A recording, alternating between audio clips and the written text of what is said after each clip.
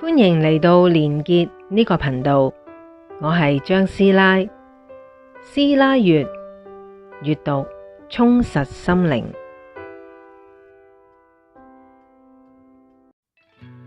有時生死相隔之後，反而係和解嘅開始。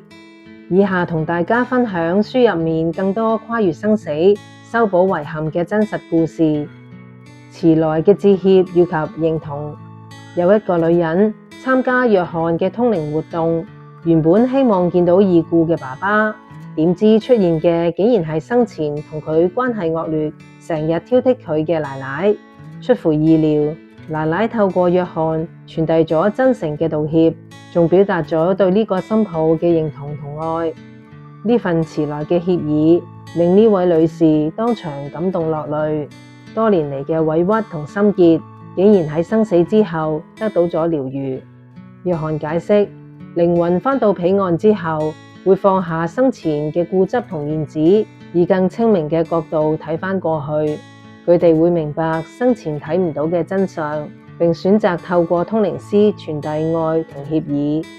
書入面仲有好多感人時刻，有人終於聽到已故父母親口講出我愛你，有人收到已故配偶嘅祝福，鼓勵佢重新出發，有人知道過世嘅孩子喺彼岸過得好快樂、好自由。呢啲故事話俾我哋知，死亡並唔係終結，而係一個和解嘅契機。有啲說話在世嘅時候可能講唔出口，但喺彼岸，靈魂會用盡一切方法話俾你知，對唔住，我愛你。